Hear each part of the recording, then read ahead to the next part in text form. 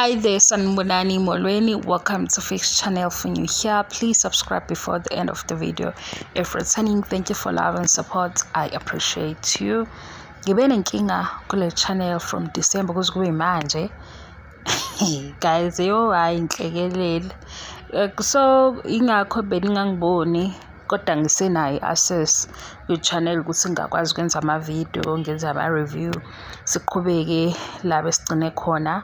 Engikucelayo ngicela i-support, qhubeke support i-channel. Ngiyabonga futhi kakhulu, sesi-over 40k subscribers, siphikelele ku-50k. Yo guys, from December to April akungeni imali because bangitshela ukuthi izinto engizenzayo or ama-reviews engikwenzayo afana nawo abanye, khona ama-video afana ngiwa-delete. Imtende nje yaka-YouTube engikucelayo kodwa ngizoyenza i-video explain yonke lento ukuze mhlawumbe nomunye ezofunda isifundo ngokwenzeke kimi. Lokwamanje ke u-YouTube awungiholeli kodwa ngizoqhubeka nokufaka umsebenzi bengivele ngikwenza. Siyahleba kancane ngosaziwayo abavela kumabonakude, ama-TV shows engikwenzayo engikhuluma ngawo. Yazi into engixakayo yini ukuthi bengihlezi ngizama ukuthi ngibe nendlela ehlukile yokwenza. Manje ukuthi angazi ukuthi kusuke kufane kuphi, izithombe noma yini. Kodwa gaza ngifuna ukunibhora. Ngicela ukuthi niqhubeke support i-channel. Okunye futhi engikucelayo, ngicela ningi-support ngo-10 rand. Ngizoyifaka i-account yami yase-Capitec ngoba ku-dry bandla angifuni uqamba amanga. Ngiyadinga nje i-energy, ngiyadinga futhi nokuthi ngikwazi ukuthola idatha ukuze ngikwazi ukuqhubeka nokwenza lokho engikwenzayo.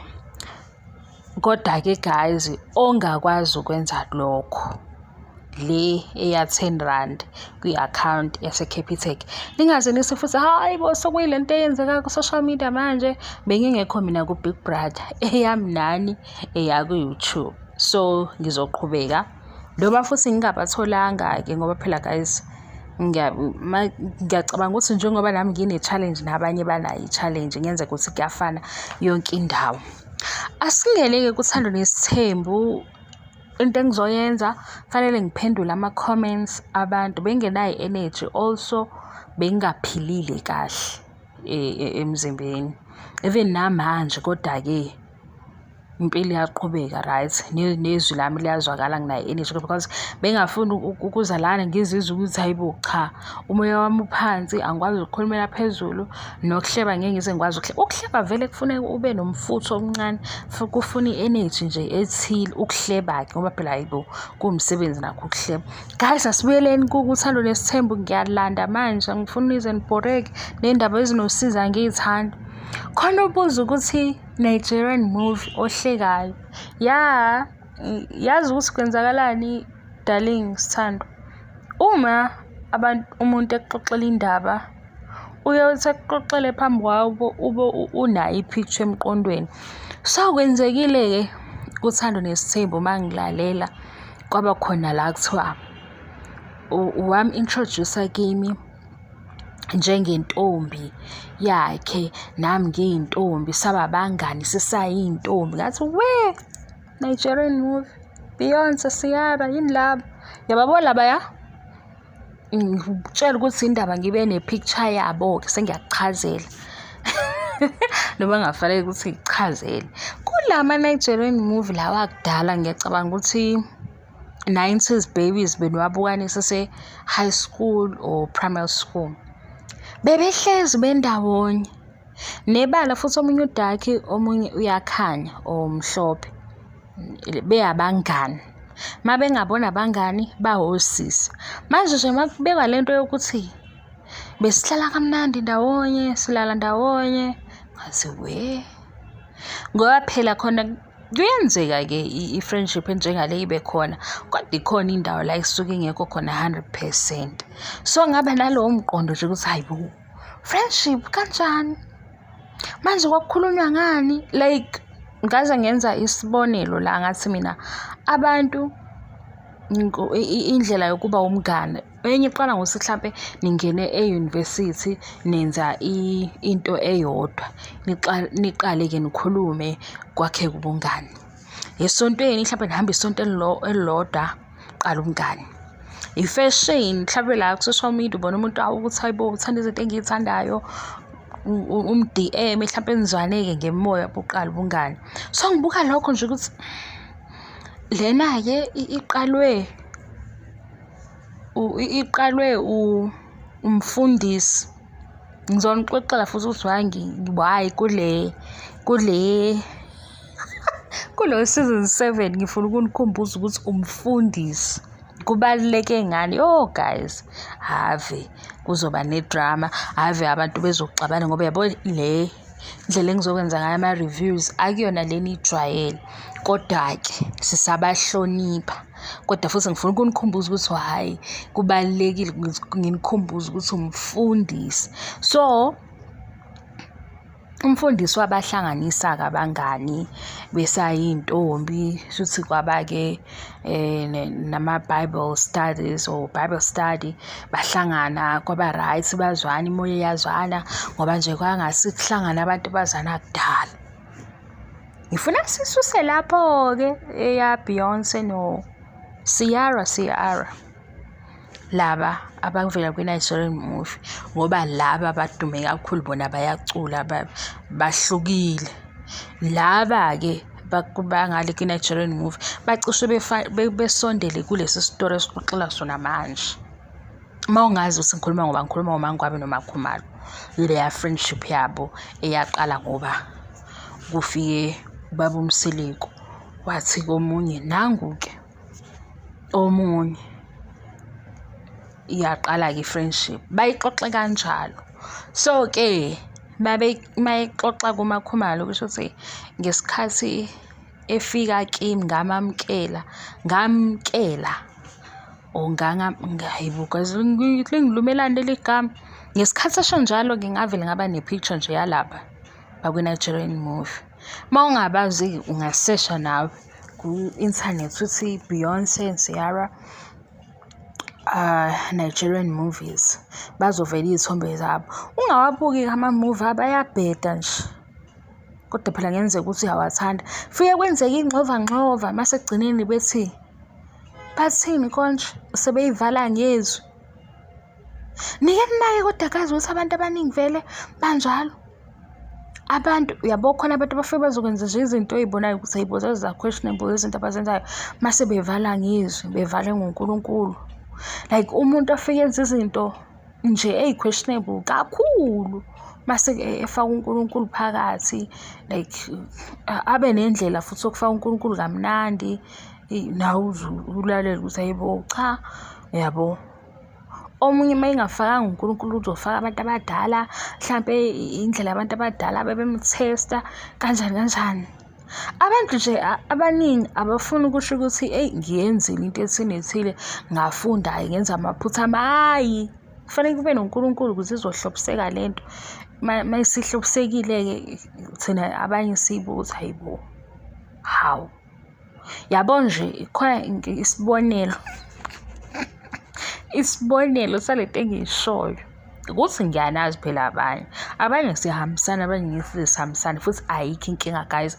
Akuyona into yonke sizoyizwa ngendlela efanayo, akwenzeki. Yingakho nje nami la kwenzeke kwamanye amavidiyo uthola ukuthi ngikhuluma ngo-episode 5 nangu umuntu esefaka iBhayibheli angaze ngisho ukuthi asihlanganeni sizokhuluma ngovesi bani noma leli izwi walizwa kanjani, nangu sebhala ukuthi uNkulunkulu akubusise, uNkulunkulu azuzani. Nangixaki ukuthi hayibo, le video ngiyilalelile ngasho nje ukuthi lana siyahleba kancane.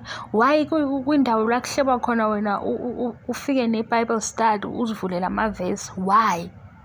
Like asihambisane. Angazi ukuthi kwakungenzeka yini ufike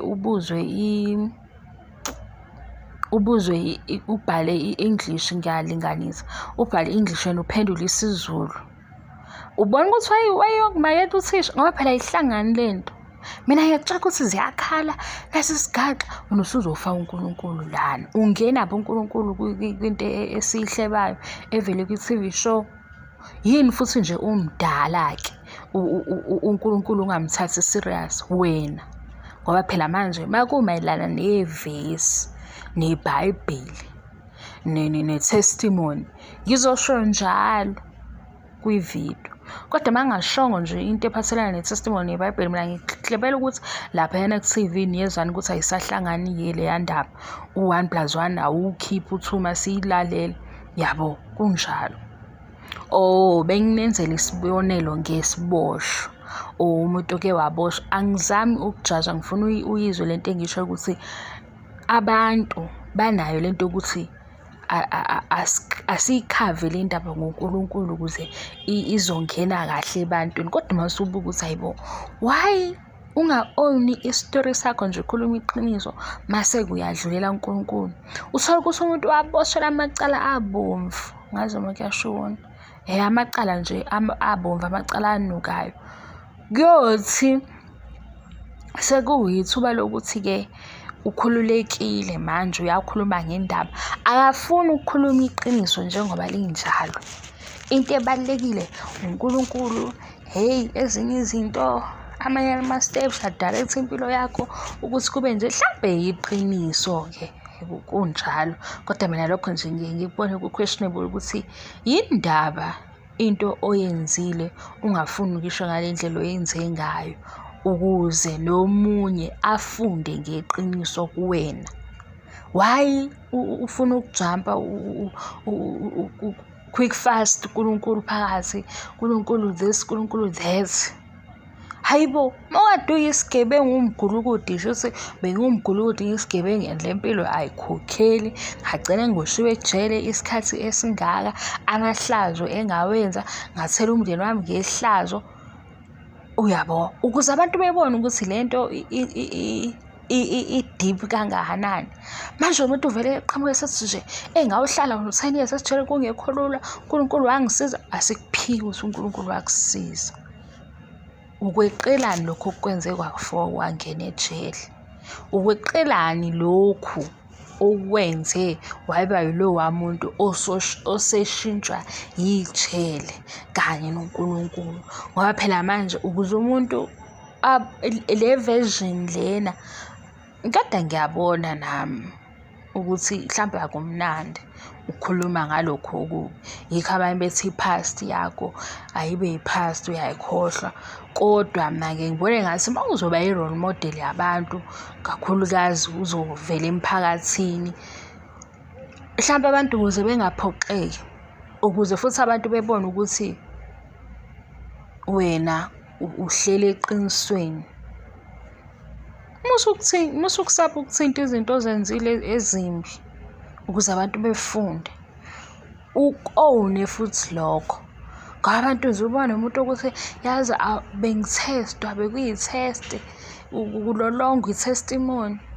Angiyivale le video engize ngiheme, kodwa naye ngizwa ukuthi ngi-right. Kulona obebuza nje bandla ukuthi kodwa usaphilani usisi lo we-Fix Channel? Uyena lona, yaphila. Uthi ngibroke indlela engayiqondi. Hayibo guys, uJobe waze wadlala ngami. December to April. Lapho into abangitshela yona ngiyazi. Nokwenza into okusukuxhamazela ngabe nje i-channel yami isilungile, nami ngasheshe ngenza lawo ma-appeal kanti angikwenzi ngendlela e-right.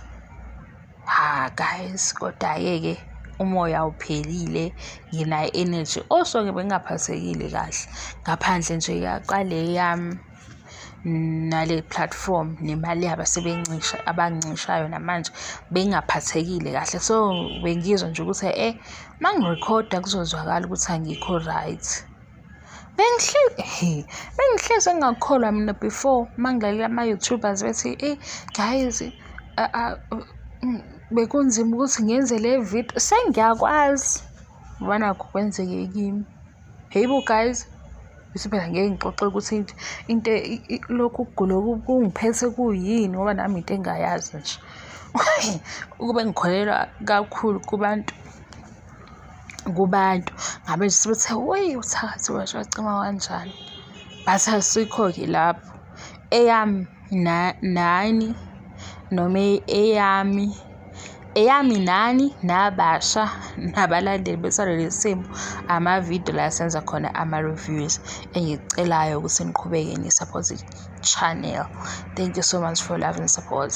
Ngijenaye ngikhuluma intende-ke vele nizongijwayela laba abanye abasha bazothi hawu kanti ubukhuluma ngani. Bengichaza lapho ukuthi i-Nigerian movie Beyonce and umngani kaBeyonce ngithathe lapho lokho kwathi kuchazwe friendship ngaba nale picture yalabo bobabili bakwi-Nigerian movie because nabo engangikubona kuleya movie ngangithatha vele ngokuthi into eyenzeka kwi-movie lena kanti kuzokwenzeka ukuthi-ke yothi sesibuka uMzansi Magic kuvele kuxoxe nje indaba efana naleya i-Nigerian movie. Thank you so much for your love and support guys. Ngiyabonga ngiqede. Bye.